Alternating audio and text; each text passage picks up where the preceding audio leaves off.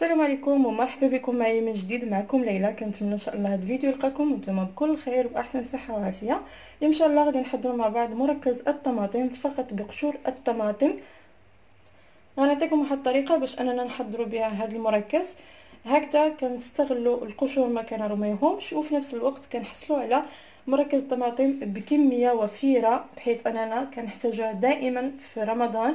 الله يدخل علينا وعليكم بالصحه والعافيه. فمن ضمن اول التحضيرات اللي غادي نحضروها مع بعضنا وهي هذا مركز الطماطم. فالا كنتو اول مره كتشاهدوا هذا الفيديو او كتزوروا القناه نقول لكم مرحبا بكم والف مرحبا. انضموا للقناه بالضغط على زر الاشتراك الاحمر اسفل الفيديو وفعلوا الجرس باش دائما توصلوا بجديد الفيديوهات. بسم الله على بركه الله. نبداو بالمكونات والطريقه. تابعوا معي الفيديو للاخير وفي اخر الفيديو غادي نعطيكم النصائح اللي ممكن تحتفظوا بهذا مركز الطماطم باش يبقى لكم اطول فتره ممكنه في الثلاجه. فتابعوا معي الفيديو للاخير. اذا باش نحضروا هاد الطماطم المصبره او مطيشه الحك فما علينا غير اننا نحتفظوا بقشور ديال الطماطم. فانا عندي هنايا القشور ديال 3 كيلو ديال الطماطم اللي قشرتها لانه غادي نحضر صلصه الطماطم اللي كتكون خاصه برمضان. فعندي هنايا احتفظت بهاد القشور اللي غادي نستعملهم دابا باش نحضر هاد الطماطم المصبره. فمن ضمن التحضيرات الرمضانيه كنحتاجوا اننا تكون عندنا الطماطم المصبره او مطيشه الحك في الدار. فكنستغلوها او كنحتاجوها بكميه كثيره بحيث اننا كنحضروا بها بزاف ديال الوصفات. فعلاش لا ما نحتفظوش فقط بالقشور؟ يعني اي حاجه استعملنا فيها الطماطم نخصصوا واحد البلاستيك غذائي دائما نقشروا فيه الطماطم ونحتفظوا بهذه القشره. ما علينا غير اننا نوضعوها في المجمد ومره كنزيدوا على مره حتى كتجمع لنا واحد الكونتيتي او واحد الكميه كثيره وكنستغلوها باش نحضروا هاد الطماطم المصبره. كيف كتشوفوا قلت لكم عندي هنايا 3 كيلو ديال القشور الطماطم، معلقه حتى المعلقه ونصف ديال النشا اي المايزينا، معلقه كبيره تكون عامره مزيان ديال المايزينا، معلقه كبيره تكون كذلك عامره مزيان ديال البابريكا او التحميره، ملعقه صغيره من السكر، القليل من الابزار او الفلفل الاسود، القليل من الملح، كميه من زيت الزيتون اللي ممكن نعوضوها بزيت المائده. عندي تقريبا واحد ربع كاس ديال زيت الزيتون، وعندي كذلك كاس الا ربع من الماء. غادي نضيفوا الكاس الا ربع من الماء في هذا الوقت ومن بعد غادي نعاودوا نضيفوا واحد كاس الا ربع مره اخرى ملي طيب لينا هاد القشور. فغادي نحتفظ بالبابريكا والمايزينا على جنب لانه غادي نستعملهم حتى الاخير. وغادي نجيب طنجره اللي غادي نوضع فيها هاد القشور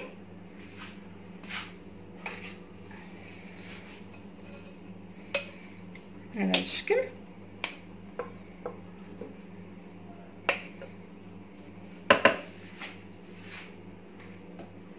ثم غادي نضيف عليها الزيت،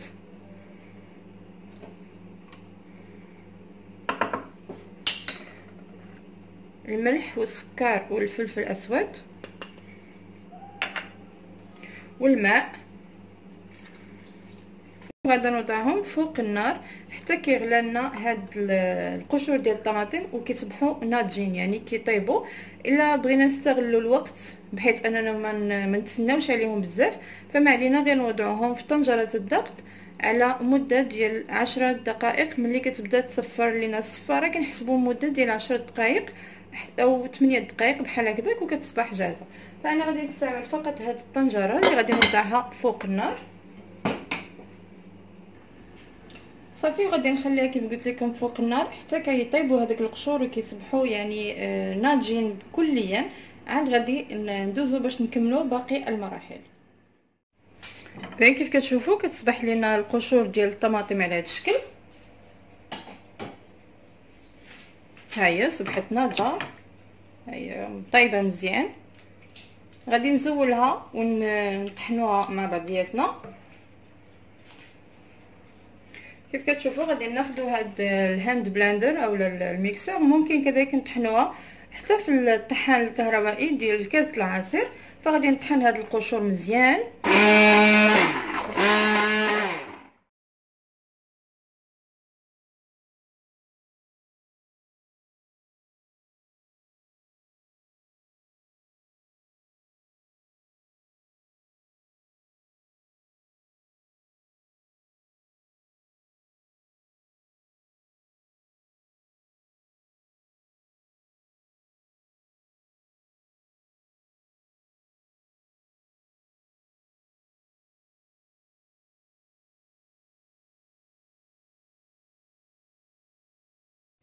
ومن بعد ما كنطحن داك القشور كيصبح لنا الخليط على هذا الشكل.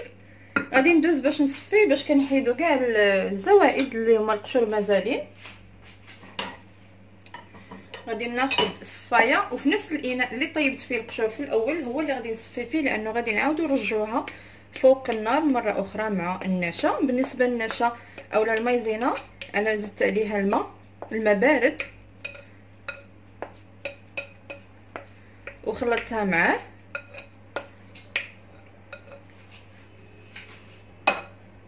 غادي نصفي هاد القشور مزيان يهبط لينا غير هذاك الخليط ديال القشور بلا ما يبقى فيه هاد الكلكعه ديال القشور. غادي نبقى نستمر على هذا الشكل حتى كتصفى مزيان.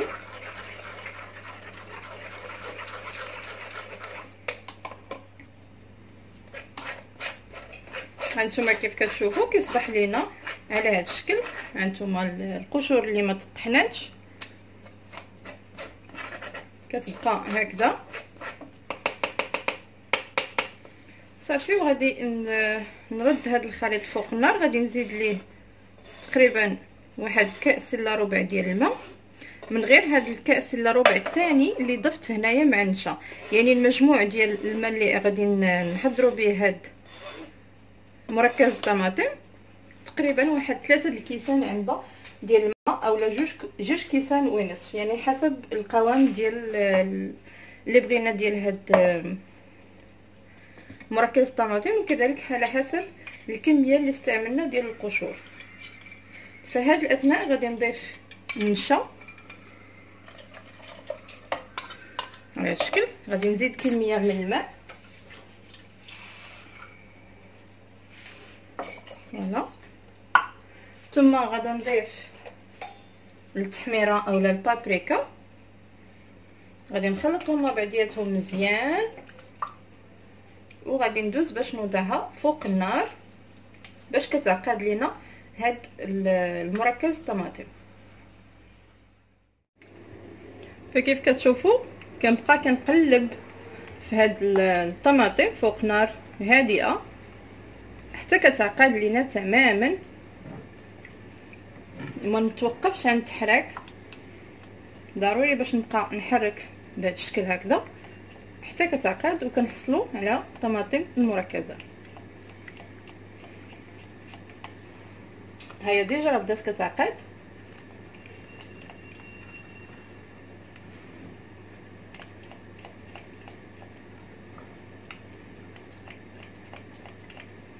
بالنسبه للنشا الا ما كناش بغينا نستعملوها ممكن نستعملوا بدلها الدقيق الابيض. فغادي نستمر على هذا الشكل حتى كتعقد ليا هذا الخليط هذا مزيان، ونعاودو نتلاقاو ان شاء الله باش نشوفوها في الشكل النهائي ديالها. فكنبقاو كنحركوا فيها حتى كنحصلوا على خليط بهذا الشكل. يعني ملي نهزو الخليط ديالنا ما يهبطش لينا وكانه ميه، خصو يهبط بهذا الشكل هكذا. هانتوما كيف كتشوفوا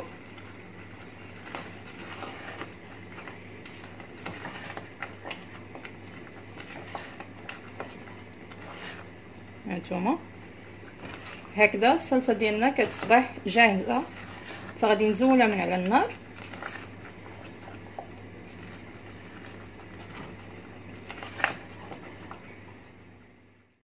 اذا كيف كتشوفوا فهذا هو الشكل النهائي ديال مركز الطماطم اللي حضرناه. كنخليوه حتى كيبرد كيصبح لينا على هذا الشكل، كيجي رائع واحسن من اللي كناخذوه من على برا.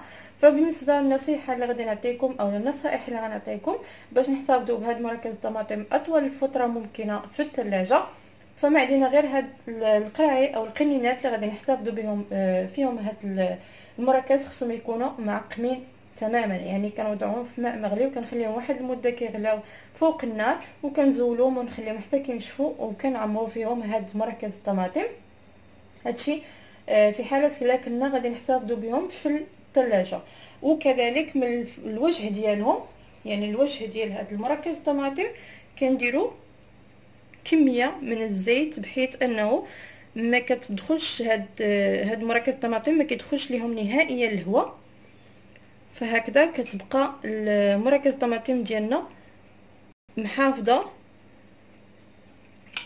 على نفسها، يعني ما كيدخلش لها نهائيا رطوبه.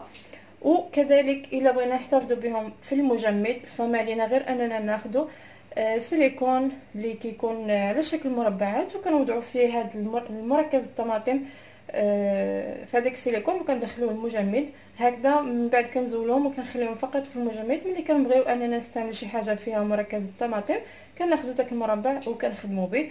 كنتمنى ان شاء الله الفيديو ديالي اليوم يكون الاستحسان ديالكم. فلا عجبكم ما تبخلوش عليا بلي لايك وتبارطاجيو ما بين الاهل والاصدقاء ديالكم، كذلك في مواقع التواصل الاجتماعي اللي كيتعموا الفائده. ولا كنتو مازال ما اشتركتوش بالقناه تشتركوا بالضغط على زر الاشتراك الاحمر اسفل الفيديو وفعلوا الجرس باش دائما توصلوا بجديد الفيديوهات. شكرا بزاف على المتابعه ديالكم، الى وصفه قادمه وفيديو قادم باذن الله.